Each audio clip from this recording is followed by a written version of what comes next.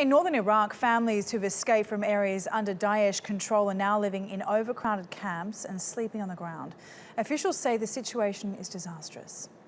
TRT World's Nicole Johnston joins me now from the Iraqi city of Erbil. Now, Nicole, there's been a constant flood of internally displaced people into northern Iraq. Why is there such an explosion in numbers specifically recently?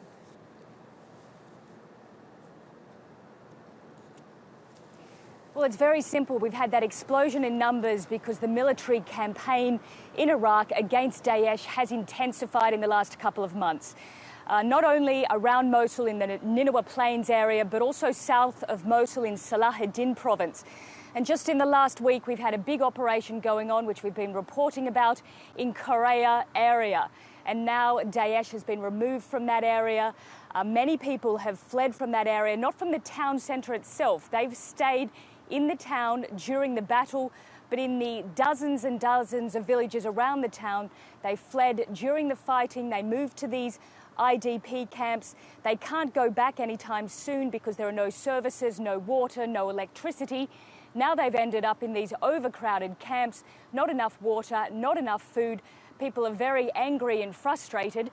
And Nicole, Mosul is a city of up to 2 million people. So when the military campaign starts, how many Iraqis could end up fleeing from there?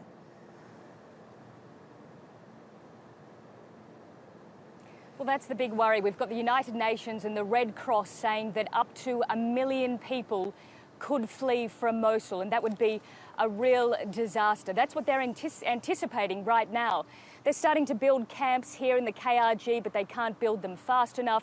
They don't have enough money, and their real fear is this massive explosion in numbers once that Mosul operation begins.